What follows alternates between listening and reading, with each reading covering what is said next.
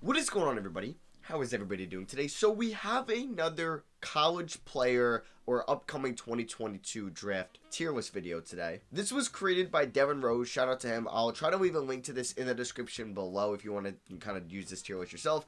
It's about 29 guys, I think, almost 30 guys here of upcoming 2022 draft prospects that we are going to be ranking today. So there's a mixture of some GLeague guys, some overtime guys, current NCAA guys, as well as some international players. We have these tiers that I think that they're going to go in the top 3. Do I think that they're going to go in the lottery? They're a lottery type player. First round, most likely. Second round, definitely getting drafted. Second round, maybe is like, okay, they could go undrafted. Could definitely happen. And then don't know much about is like, I don't really know where they're going to end up in a little bit right now. So we have 30 guys. They're notable names, so they might all end up getting drafted. But we will go through it now. If you guys do enjoy these type of videos, I would appreciate a thumbs up. But you don't have to. Hope everybody's having a happy holidays. Let me know what you agree with or disagree with down below. So the first one we have is Jabari Smith. Funny enough, Jabari Smith might be the #1 overall pick during the 2022 draft. I think going into the season, he was probably getting a lot of top 10 hype. And now, the way he's been playing at Auburn is going to get him, I think, #1 pick kind of hype, really. And he's going to go in there. So he's definitely going to fall into the top 3 for me. Next up, we have Caleb Houston of Michigan. Now, Houston hasn't had the greatest season so far in the Big 10 for Michigan, but he's a good enough three-point shooter that I think he's definitely going to get drafted. I could see him as a late first, early second at the current moment. I think his athleticism, his size, his frame is going to warrant him a first-round pick, but I could see it being in the 20s. His 6'8", 205 with the defensive, the 3-and-D potential, I think he'll get drafted in the first. Next up, we have Benedict Mathurin, who's having an incredible season for the Arizona Wildcats this year. He's a sophomore. He's 21. Not sure if he'll be 22 on draft night, but he's a little bit on the older side, but I think he's definitely playing, like, good enough to be a lottery pick or a first-round talent. And honestly, I could see Benedict Mathurin going in the lottery, somebody that's one of the better shooters in this draft, kind of a 3-level scorer, and if his defense could be a plus in his rookie season or what teams can project him to be going forward, I think lottery pick is very good value for him. Next up, we have Keegan Murray out of Iowa, and I think Murray is another lottery pick here.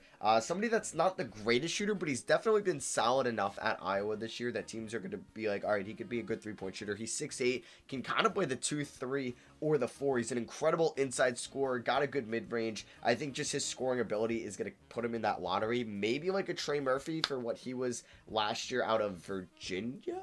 I don't know why I'm kind of hesitating on that. But yeah, I think Keegan Murray is going to join Benedict Mathurin here as a lottery pick. Next up, we have Jaden Hardy, and he's going to easily fall in this lottery tier. Actually, I kind of want to make this top 5. Yeah, I'm going to make this top 5, and I don't think that Jaden Hardy is going to be a top 5 pick. I think he could end up as the #6 overall pick. I know I just said that word a lot. I apologize. But him being in the G League may hurt him a little bit. It didn't hurt Jalen Green last year, but I just feel like he's not getting that buzz as much this year. Now, I haven't been able to see a lot of G League Ignite games this year, only a few. He's shooting 35% from the field, 26 from 3. He is struggling, and maybe he's not going to end up being 6, but I think he's definitely going to be in the lottery. But speaking of another top 5 pick, that is going to be Jaden Ivey out of Purdue. Another sophomore year. We've been seeing a couple of those so far with like Mathurin and Keegan Murray. He's somebody that could do it all. Offensively, defensively, in transition, handle the ball, high basketball IQ. He's going to be a top 5 pick, or at least he should be. Alright, and next up we have another top 5 pick in my opinion, Jalen Dupain. Like, I think Jabari Smith at this moment, I don't know, it's going to be him and somebody we're going to mention later that I think can go 1. Ivy and Duran could sneakily be like 2, 3, 4th overall picks in this draft, or even 5. And Jalen Dupain, monster inside, just a double-double machine, good rim protector, pretty much what every team kind of wants. Might get comparisons to like recent bigs that went high, like James Wiseman, Memphis connection, DeAndre Ayton. So he's going to be, I think, better defensively than Wiseman is. So J.D. Davison's up next. He may be somebody, like a couple of these guys will get to benefit from staying another year. Going into your sophomore year, balling out there, getting more minutes, because he's only averaging about 23 minutes a night, and he's a good player, don't get me wrong. And I think if he did declare, teams would kind of see his playmaking ability, his quickness, and I think he would go in the first round still. I think he would go very late in the first round or early second round. I think he would be a first round pick if he did declare, but it might be at the absolute end. I think he's going to benefit from staying another year at Alabama. Same thing here with Peyton Watson. He averages like 14 minutes a night. He's on a very good UCLA team that has a ton of upperclassmen and kind of veterans in the college scene. So I think he would be a second-round pick off his athleticism. Yeah, I think maybe. He would maybe be a second-round pick just because we haven't seen a lot from him. So he would definitely, I think he should definitely stay another year at UCLA, and he probably will, or transfer, but probably stay another year. It's kind of hard to find some overtime elite like numbers and film for Gene Montero, but the way I've been hearing and seeing mock drafts and seeing reports, I believe he's going to be a lottery pick in this upcoming 2022 draft. Next up, we have Kendall Brown, who's been phenomenal for Baylor this year on a very good Baylor's team. He's been kind of like somebody you'd think is a senior, the way he's been playing. As a freshman, he's been insanely efficient for them. He can kind of do it all on the offensive end. He would be a borderline top 5 pick. I think he could reach there, but I'm not going to put him there. I think like him, Jaden Hardy, I mean, Hardy might fall off a little bit, but like, yeah, I think like Kendall Brown is going to be a borderline top 5 pick and might get more hype if he balls out in the tournament, the Big 12 tournament, the NCAA tournament, kills workouts, you know.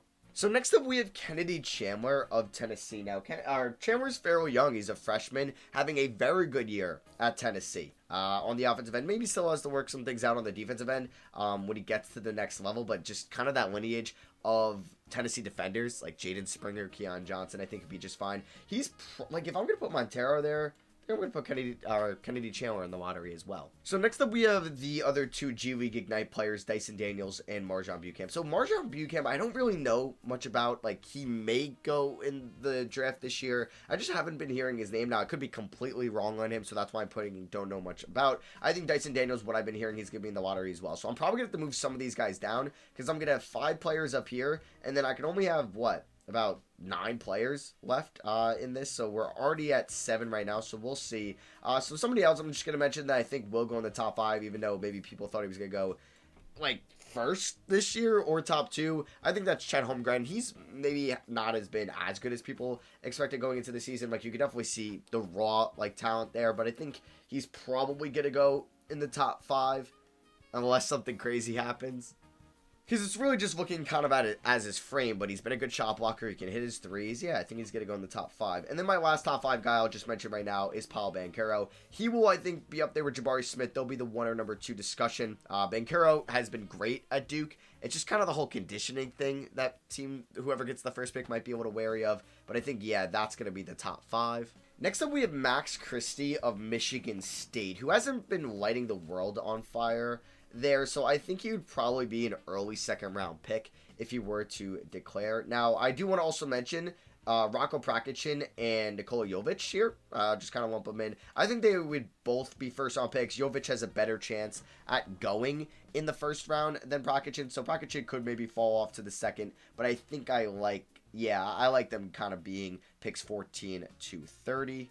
All right, next up we have a weird one, Patrick Baldwin Jr. Like, if you watch the Thunder franchise, this guy, like, before that, was getting hyped to be a top 5 pick going into this year. He chose to play at Milwaukee, right? Not a big school, not playing a lot of great teams, playing some solid teams this year. You know, they play like Colorado, URI, Florida, and in those 7, or he's played, I think, what? I have it up, 7 games, yeah. Hasn't been all that good. And I watch him, I mean, it could just be the talent's not great on those teams, you know. But his draft stock has definitely gone down the hill. I'm not saying he's like a BJ Boston. I still think he would go in the first round. But it's kind of crazy knocking him off the lottery in the top 5. Maybe he does go in the lottery still. But I think he would now be like picks 12 to 18. So I think maybe at the beginning of the non-lottery picks. All right, so next up we have Mark Williams and Trevor Keels we can mention. So first for Mark Williams, I think he would be an early second-round pick, maybe a late first-round pick, like Xavier Tillman, Daniel Oturu, some of those guys. He's a sophomore at Duke, like kind of your prototypical center, rebounds on the floor, all right, maybe like Day'Ron Sharpe and first round, so kind of late first, early second for him. Trevor Keels, I think, could be a lottery pick, but right now I have him in the first round. He's been great so far as a freshman at Duke. I mean, that Duke team is very talented. And then I guess there's one other Duke player we can mention, AJ Griffin, who really hasn't done all that much this season. And he's somebody that could benefit from staying another year, so I think I'll put him in the second round maybe, because he was even getting some lottery hype going into the year.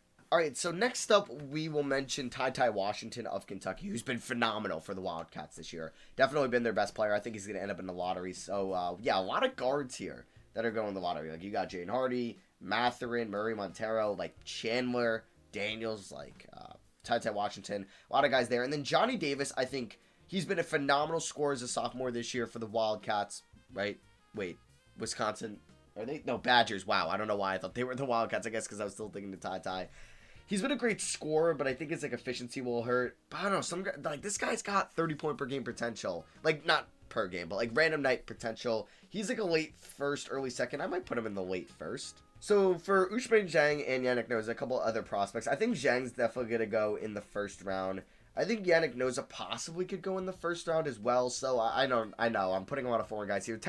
Like usually they do go. Like you're looking at Usman Garuba last year. You look at Alperen Şengün. Like the talent over there is very competitive. So if you can perform well overseas, you should be able to perform well here in America. So they are interchangeable. I haven't been able to watch a ton. It's really kind of just highlights on YouTube, to be honest with you. It's really tough kind of getting that game film. I like what I see from all of them, but a lot can change between now and the draft. Next up, we have Bryce McGowan's out Nebraska. He's been a fine player for the Cornhuskers this year. Yeah, Cornhuskers this year. And I think he's going to end up, like, if I think the season end right now, probably a second-round pick.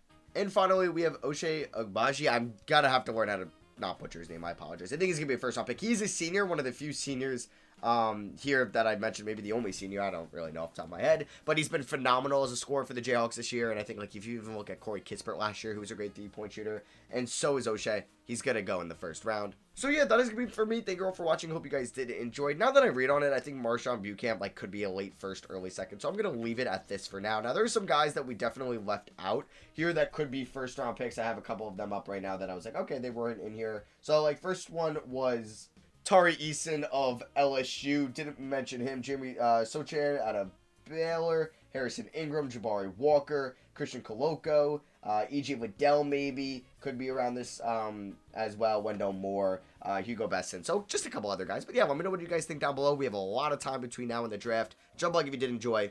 I love you guys. I'll catch you on the next one. Peace.